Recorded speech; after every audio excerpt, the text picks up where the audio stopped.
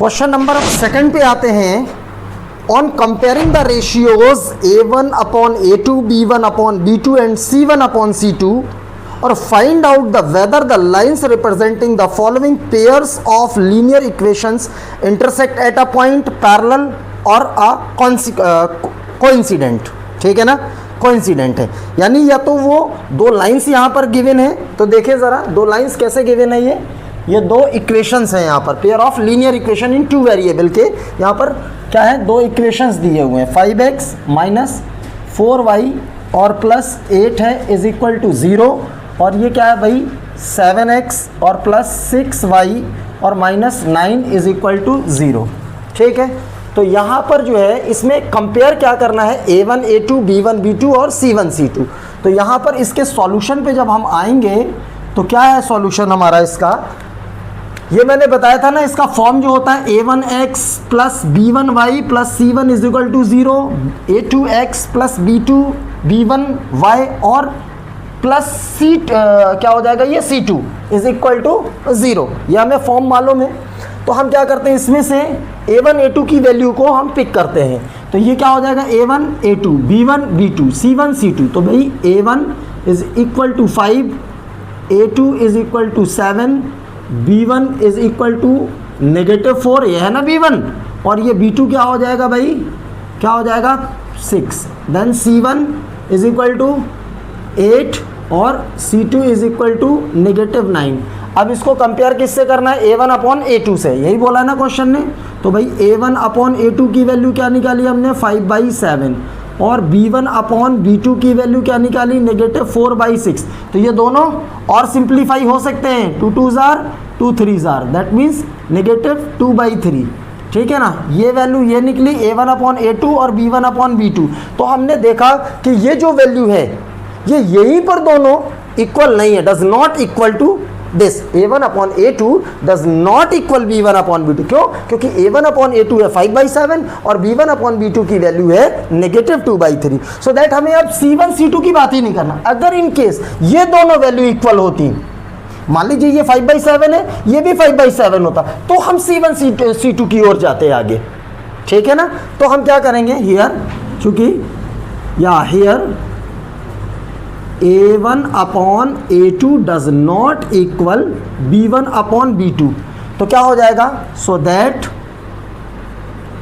Pair of linear equations in two variable, pair of linear equations in two variable भी लिख सकते हो, क्या हो जाएगा आर, ये क्या होता है, ये कंडीशन क्या होती है, does not equal intersecting at a point. ठीक है ना, are intersecting at a point, intersecting at a point. ठीक है ना, बन जाएगा या नहीं। सो दैट इसी तरीके से आप इसका पार्ट नंबर फर्स्ट है सेकंड का, ठीक है ना, सेकंड पार्ट है, थर्ड पार्ट है, और फर्स्ट का जो आपने अभी पीछे किया ना, फर्स्ट का फर्स्ट पार्ट, सेकंड पार्ट आप लोग करिएगा।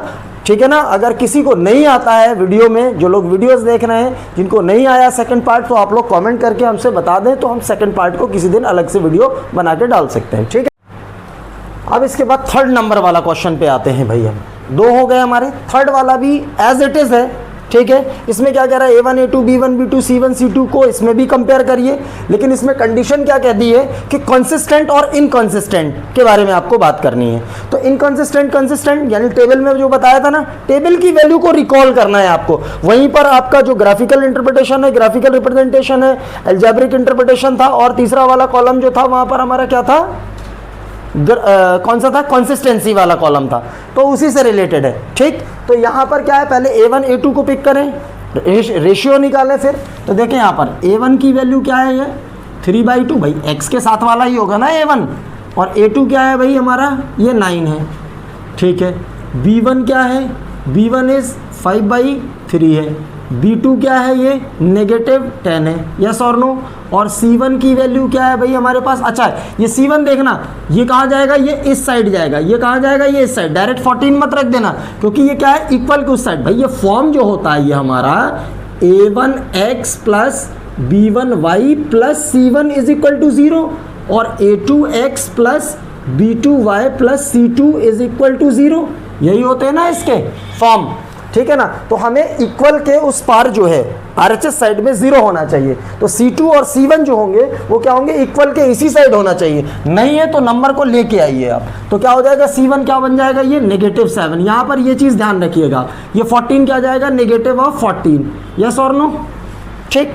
अच्छा अब क्या करना है, नाउ अब क्या करेंगे, A1 अपॉन A2 की वैल्यू पिक करिए, तो A1 क्या देखिए इधर 3/2 और मेन अपॉन A2 क्या है 9, तो इसको क्या बनेगा, ये नीचे वाला इसके साथ जाएगा तो क्या हो जाएगा 3/2 9 जार 18, कैंसिल हो रहा है, 3 1 जार 3 6 जार, तो दैट इज 1/6।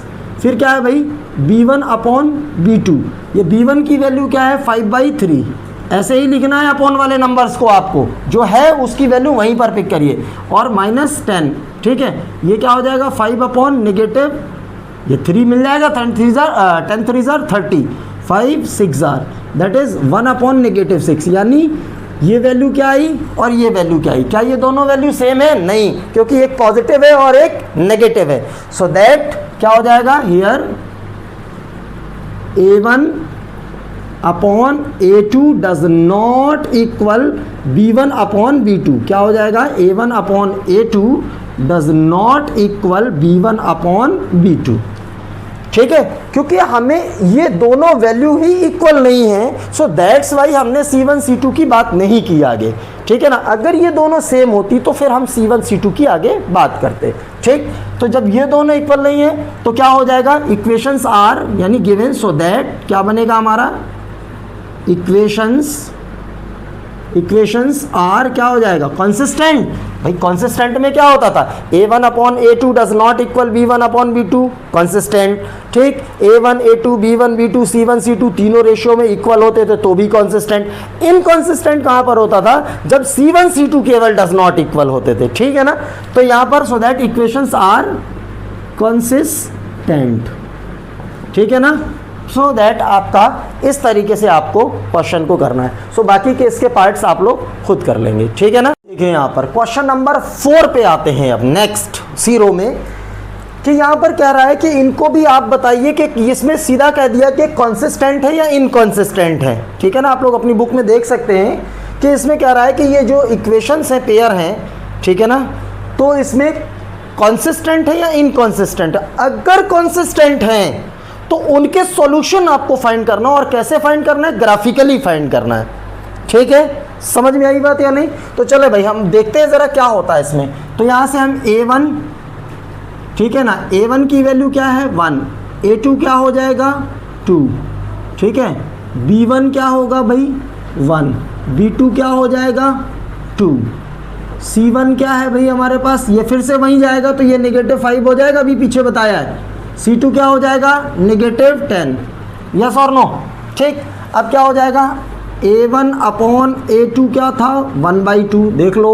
फिर B1 अपॉन B2 क्या हो जाएगा 1/2, C1 अपॉन C2 क्या था -5 क्या है, ये हो जाएगा 5 यानी 1/2, ठीक है। A1 A2 B1 B2 C1 C2, यहाँ C1 की ज़रूरत क्यों पड़ी, हमने क्यों लिखा, क्योंकि हमने यहाँ देख लिया कि दोनों सेम है। मैंने बताया ना, अगर दोनों सेम है तभी हमें C1 C2 की बात करना है। सो फाइनली हम देखेंगे here A1 upon A2 is equal to B1 upon B2 is also equal to C1 upon C2, ठीक है ना। तीनों सेम हो गए। वैसे अगर यहाँ पर भी देख सकते हैं आप, इसमें 2 कॉमन भी ले सकते हैं हम, तो ये एज इट इज़ वही चीज़ आ जाएगी, ठीक है ना।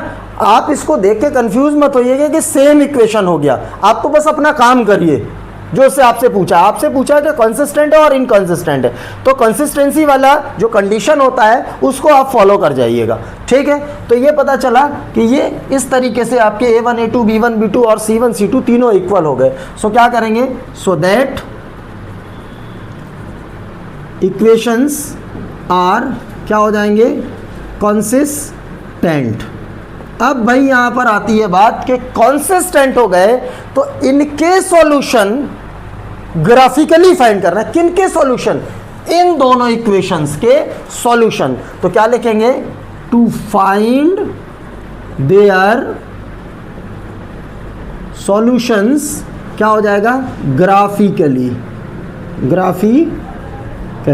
अब ग्राफिकली सॉल्यूशन आपने फर्स्ट क्वेश्चन का फर्स्ट पार्ट जो था number of boys number of girl वाला जो अभी कराया है, तो बस वही काम यहां पर कर देना है। क्या करना है, फ्रॉम इक्वेशन फर्स्ट, देखिए फ्रॉम इक्वेशन फर्स्ट क्या है भाई हमारे पास, x plus Y is equal to 5, yes और नो।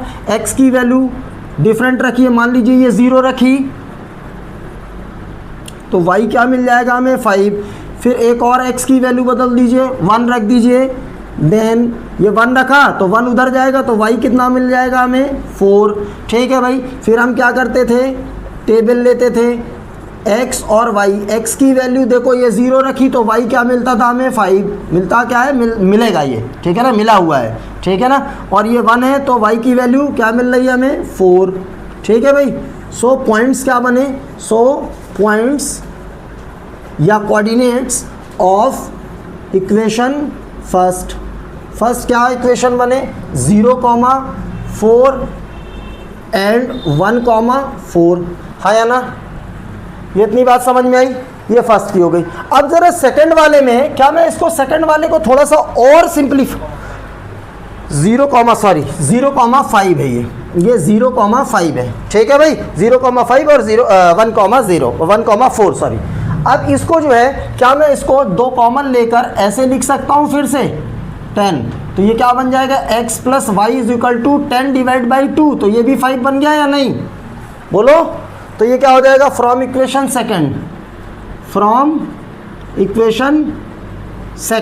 सेकंड में आप इससे भी कर सकते हो x की डिफरेंट वैल्यूज लेके, बात वही होगी, ठीक है ना। हमें क्या दिक्कत है, यहाँ पर जो है हम इसको 2 कॉमन ले लें और सिंप्लीफाई कर लें, तो भाई ये फिर से सेम आ जाएगा, x plus Y is equal to 10। अब आपके अगर अब मर्जी है आपकी यही वैल्यू लेना तो भी ठीक है, x plus Y is equal to 5 sorry, ठीक है ना। अगर आपको यही वैल्यू रखना है तो ये भी रख सकते हैं, नहीं तो आप इसकी वैल्यू चेंज कर दीजिए। चलिए भाई हम इसकी x की इज इक्वल टू 2 रखते हैं, देन y क्या मिल जाएगा, 2 रखा तो 3 हो गया, ठीक है भाई। और x की वैल्यू हमने क्या रखी, मान लीजिए 3 रखी, देन y क्या मिला हमें, 3, y इज इक्वल टू 2, ठीक है भाई। तो हम यहाँ पर इसी तरीके से यहाँ पर भी इसकी टेबल बनाएंगे। टेबल क्या बनी हमारी, x और y की, x की वैल्यू क्या थी 2, y क्या मिला था हमें 3, ठीक है ना। ये 3 है, ये क्या मिला 2। सो पॉइंट्स क्या बने भाई, यानी coordinates, points for equation, points of equation first, points for करो इसको यहाँ पर, पॉइंट्स फॉर इक्वेशन सेकंड के क्या हुए 2,3 और 3,2, सही है या नहीं। तो अब इन पॉइंट्स को आपको क्या करना है, ग्राफ पर प्लॉट करना है। तो देखिए ज़रा, मैं थोड़ा सा, मैं पूरा नहीं बनाऊंगा, इनको एक रफली आइडिया देता हूं मैं आपको। यहाँ पर 1 2 3 -1 -2 -3, 1 2 3, और ये भी क्या हो जाएगा 1 2 और ये 3, -1 -2, ये थोड़ा सा आगे कर लीजिए, -2 और ये -3, -1 -2 -3, ठीक है भाई। ये 4 हो जाएगा और ये भी क्या हो जाएगा 4 हो जाएगा, ठीक। अब ज़रा ये क्या है 0,5, 0 यहाँ होगा, 5 कहाँ जाएगा, यहाँ पर कहीं जाएगा 5, ये 0,5, यस और नो। ये y एक्सेस है भाई, ये x एक्सेस है, इज दैट क्लियर। अब क्या है 1,4 यहाँ पर आएगा 1,4, ये क्या हो जाएगा 1,4। मेरी बात ध्यान से रखना, इन दोनों को आपने क्या किया, एक्सपेंड कर दिया आगे, ठीक है ना।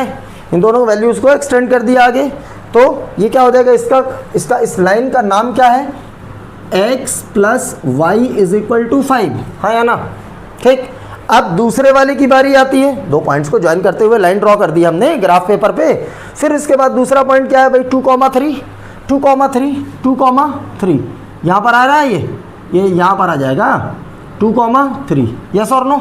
फिर दूसरा वाला क्या 3,2, कुछ यहाँ पर आएगा, ये ग्राफ पेपर पे एग्जैक्ट आ जाएगा 3,2। तो हम फाइनली देखेंगे, अब इनके 2 ये पॉइंट्स बने, तो ये 2 लाइन उसी, यानी कहने का मतलब ये हुआ इन 2 पॉइंट से और इन 2 पॉइंट से जो लाइन जा रही थी वो क्या हो रही थी, ओवरलैपिंग थी, ओवरलैपिंग लाइंस, ओवरलैपिंग क्या हो रहा है, ओवरलैपिंग लाइंस यानी कोइंसिडेंट लाइंस। तो कोइंसिडेंट लाइन में क्या हो जाएगा, so that infinitely many solutions है ना।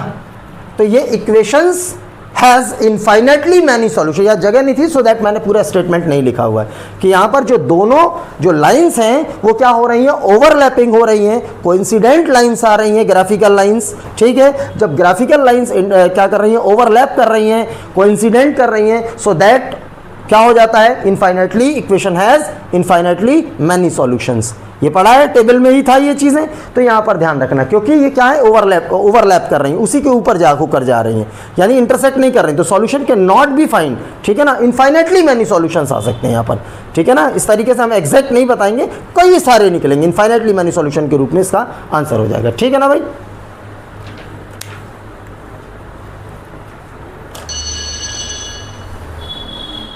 ठीक है ना।